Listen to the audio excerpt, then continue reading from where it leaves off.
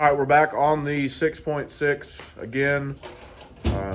Parts came in, so Dad's about to do the phaser. So if anybody from Texas Speed is watching, 2019 and up LT, this is what y'all need to start sending out. This is the block that is needed to lock the phaser.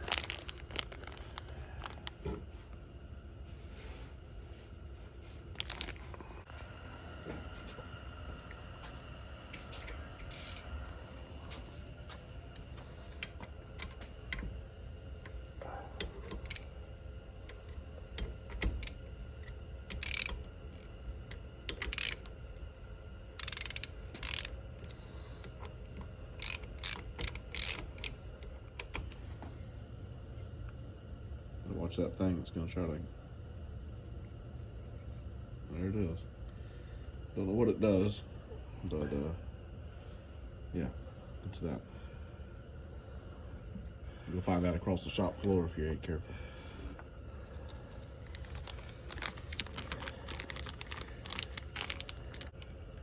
Man, that's close. Oh.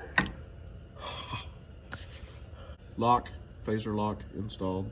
Now we're putting the spring thing back in, whatever that does.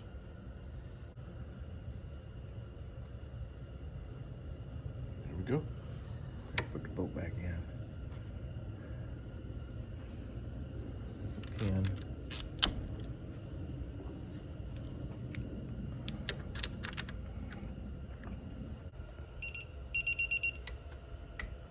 Got them all pulled down to the green. Yep. Now we're gonna go over here and go to the red. So you gotta hold it really steady in those stars or it'll rip out on you. Perfect.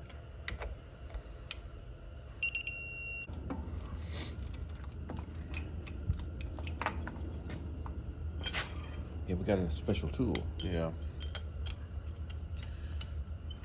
Kind of helps it a little bit. Yeah.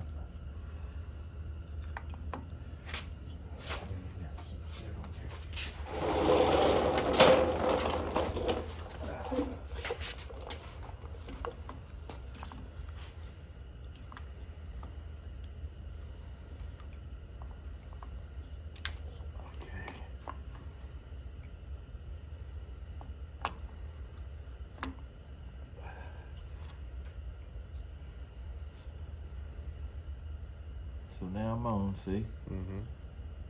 Leave the tool there. Pull it off the tool. Yep. Get your chain on. Get the chain on. Keeping it right. And it should be pretty damn close.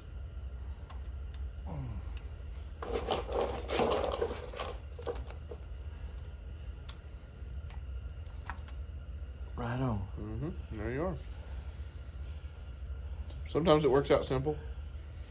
But the little tool I made kind of helps because it allows you to pull that cam out. Yeah. If you don't, your pin will go in with the cam. Yeah, the cam does. See, it just fell off? Yeah, the cam does slide in and out a little bit. So, okay. So now I need this guy. Yep, phaser bolt.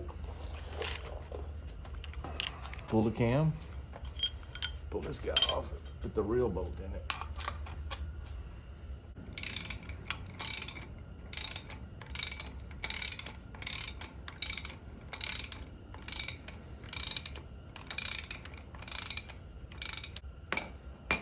There we go. And before we go too far, we want to go around a couple of times. Okay. There you go, wrench.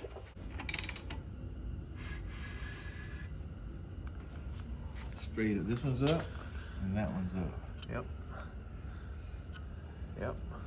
And then they should meet again.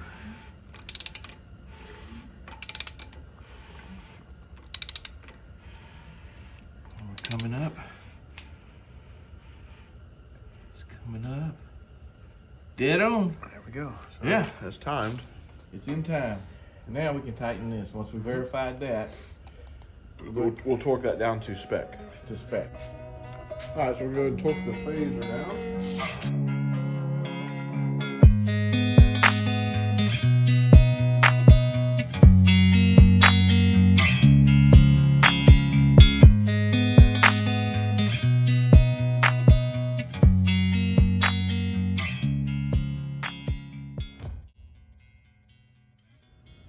Okay, so we got the oil pump on, torque down to spec.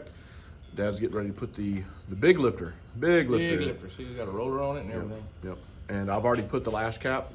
Texas Speed includes a lash cap for the top. Just like a little hat. It raises it, gives it a little bit more PSI. Makes the fuel pump kick in a little bit more. What this does is increases the fuel pressure internally off the cam. You have a fuel pump that sits up here. We'll show it to you in a minute. And it sits on top of the motor. All right, it's another fuel pump besides the one you have in your fuel tank. Your fuel tank has a fuel pump inside it. It's putting out a certain amount of pressure, usually around 60, something like that. This here puts out more than that, increases so you get this direct injection to work properly. It's like 2,000 something. It's a lot. Something like that. So we're gonna torque this to specs. And if y'all are wondering why we don't quote torque specs anymore, we have a whole video on that, so go back a few months ago. Yeah. That socket fits right on there. Green light, red light. That means you're there where you need to be. Done.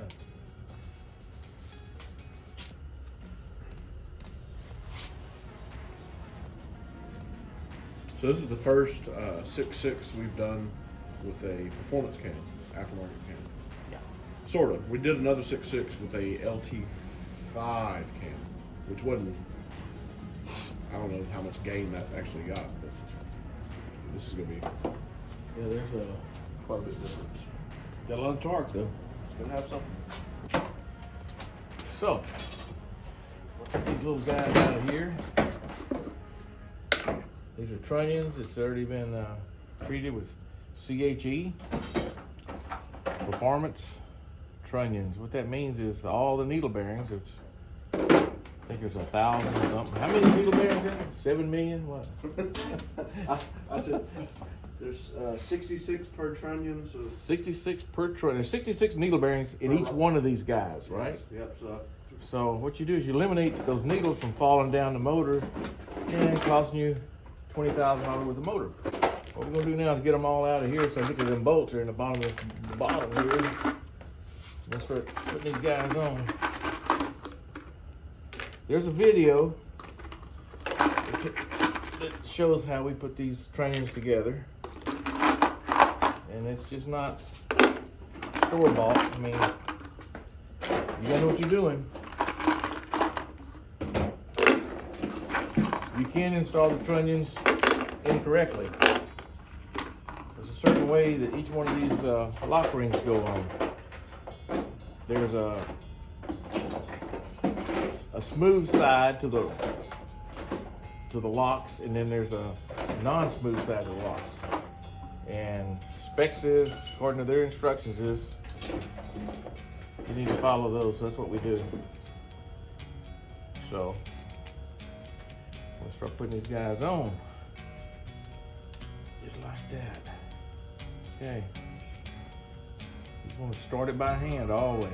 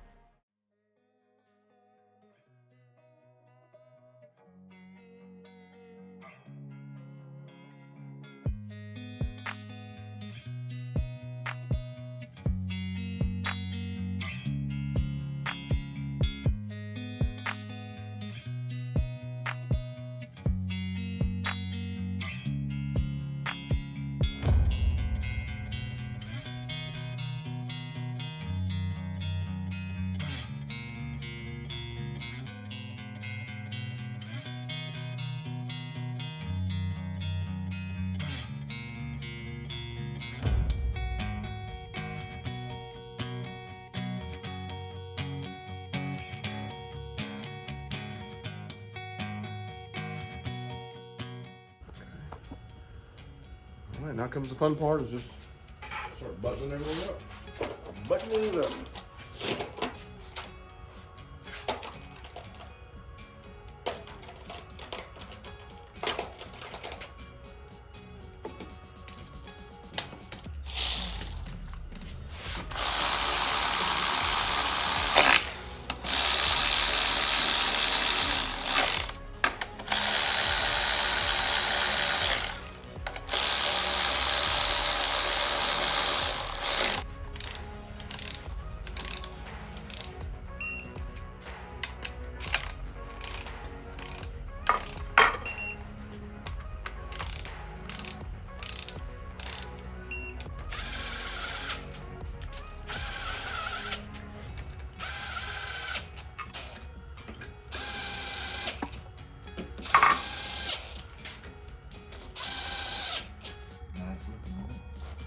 All right, so we got our silicone on.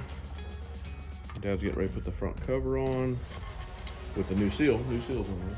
Missing a new seal on. And this one's getting a stock oil pan too, right?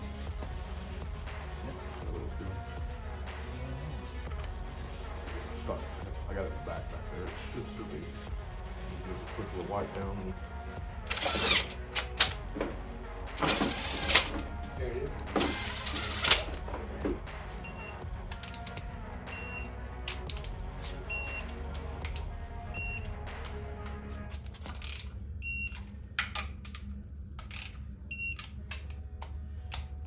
Make sure we get that all plugged up. Oh, you take credit for everything. All right, so we're getting ready to put the pan on. I'm gonna wipe it down with alcohol and clean it. Always remember, plug in your oil pump. Give it to him. All right, we got the stock pan cleaned up. Getting ready to run our bead here. Nothing special. Y'all seen me do this 100 and something, How many times? 120 something times. That's a good one by the fire pit. Sounds good right now. Kind of chilly today. I think the high today's gonna be like 60.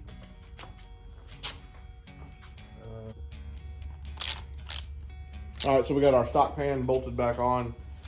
And for anybody building these, I mean, when you're spending this much money already, unless this pan is just perfect to fit your, you know, whatever you're putting it in, your vehicle, I'd suggest getting on eBay and going with a muscle car oil pans. They're like $187. Yeah. They even come with new bolts and everything usually. Because basically what you're gonna do, if you're doing this yourself, you're gonna spend more time cleaning silicone and oil, and you gotta pull the filter off this one because it had a filter on it. You're gonna spend more time and labor messing with this old stock pan than you would if you would have spent 180 bucks on eBay for a brand new muscle car pan that will fit in anything that's nice and clean and not dirty or whatever. So, you know, it's up to you. It's a lot goes into reusing a stock pan, which we normally don't do. I mean, I would say out of the 120 something engines we do, maybe This is 2%, yeah. 2% maybe of those get stock pans, if that, maybe 1%. Yeah. So, but anyway, got it bolted down. Just gonna check the torque on it, Yep. and this will be Keep on going. good to go. Then Dad's gonna do his, I think the next step is all his paint prep stuff that he's got to do. Because it's gonna get painted. I can start that now, really. Yeah, it's gonna get painted this week. Yep.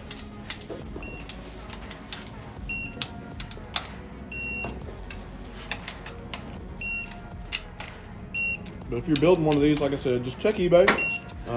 Holly makes a muscle car oil pan for $400 and some odd that does not come with bolts. China makes one that looks just like it. If you're not opposed to buying stuff like that, China makes one just like it. 180 to 200 bucks. Usually comes with bolts. And like I said, it will fit in anything you pretty much got. Yep. I think this will fit in a C10. This will fit in a C10 truck. Yeah. But for me personally, I mean, I've got a LT1 back there that's going in this one, a Gen 5 LT1 that's going in my 66. My stock pan's gonna go in the trash. I have no reason to keep it. No.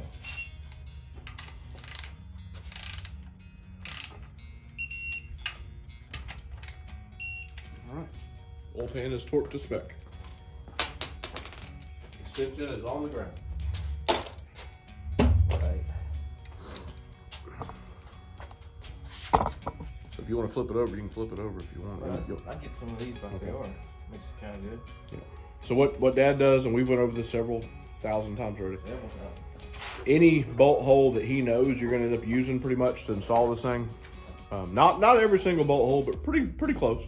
pretty close. And then anything we're going to use to install your front accessories gets a bolt, just some random bolt that we got laying around. It'll keep the paint and the primer and paint out of the threads, which will make it a lot easier when you put the thing back together. We had a motor that part of it was on video. Yes. It was red. The guy wanted it blue. Right. Then he changed his mind that he wanted it blue still, but he wanted it professionally painted by an automotive shop. Yep. So then that all happened, and then he hated the blue. They painted it red again. So I don't know how many coats of paint this thing got. Anyway, we finally got it back. We didn't do it on video. We had to chase every single freaking thread to be able to put this thing back together. Because And then when you tighten stuff up, because they used automotive paint, it's real fragile.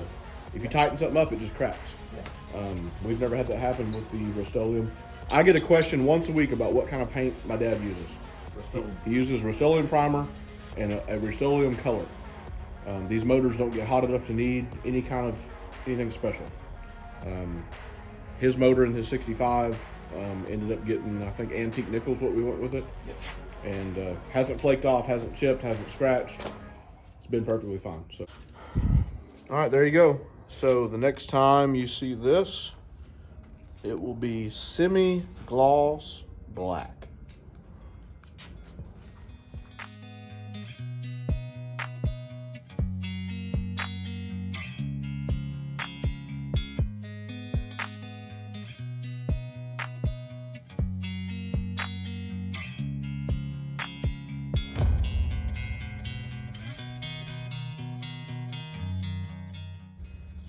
Turned out really good. I was kind of worried about it being semi-gloss black. I don't know if we've done a semi-gloss black totally. I think we've done kind of a contrast of gloss black and then semi-gloss black, but you know, Dad did his magic with that spray can. Turned out good. Got all the goodies here, ready to go on. This is a LT4 front end kit, stock is what we're doing to this. And then I think these are the original 6.6 exhaust manifolds, and Dad sprayed them with like a high heat. Was it high heat flat or hot rod black looking? High heat hot rod. Yeah, looks really good. So this one is going to be finished today. Yeah, I think the exhaust is going to give it a little pop. A little contrast is different. The contrast, plus if you look at this, another one of my ideas. This here, it's gloss in here, but then here's that contrast again. It's actually a natural finish. Yeah. But that's gonna have a different contrast with two different colors. It'll be fine. And all the wheels are gloss, where everything else is flat. Or not flat, but semi. Yeah. Yeah, it looks really good. Something different. Looks really good. Always shooting for something different. Pretty awesome. All right, so we got the 6.6 loaded up. Transmission is bolted up. Exhaust manifold, starters. Everything was looking pretty smooth until we get ready to put a stock LT4 front end kit on. Doesn't fit. So there's nothing to bolt to there. It hits the dipstick. These two bolts would work. So, I mean, that you may get away with that. You come over here to the bracket that goes here that holds a tensioner. I can get the two 15 mils in there, and then nothing else bolts up. The real bad one really is the AC bracket. The AC bracket, there's nothing to bolt to. One bolt here. So the AC bracket would only have one bolt holding it on. So none of the LT4 stuff will work on a 6.6 block without some modification, some machining. We're not going to get into that. So unfortunately, we're going to end this video off with this. I'm going to put the injectors in it, the crossover, and the fuel pump and it's going on to the next step. I'm done. It was supposed to get a CVF front end kit. The guy changed his mind and wanted this LT4 kit. It doesn't fit. I have nothing else I can put on it.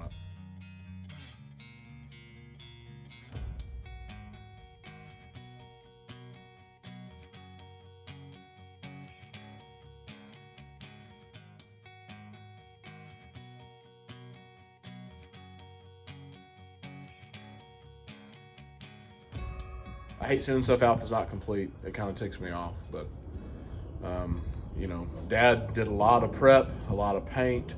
We have all the LT4 brackets painted, ready to go, but they're not going to go on this motor. Like I said, as far as we're going on this 6.6 build for us, very disappointed.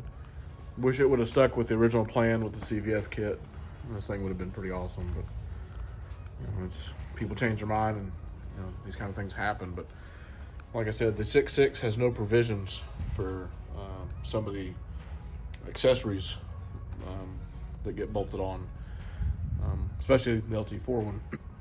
It's going on to the next step. I'm not sure what front end kit it's going to get, but I have nothing else to put on it. So it did get a Texas Speed cam, CHE trunnions, Texas Speed springs, phaser's been locked out. Heads were completely redone on my workbench because they were trashed. Anyway, that's about all I got to say about this one. Hope y'all enjoyed the 4 or 5 part build on this 6.6. We appreciate everybody watching. Subscribe, like, share, ring the notification bell. Have a good one, and we will see you on the next one.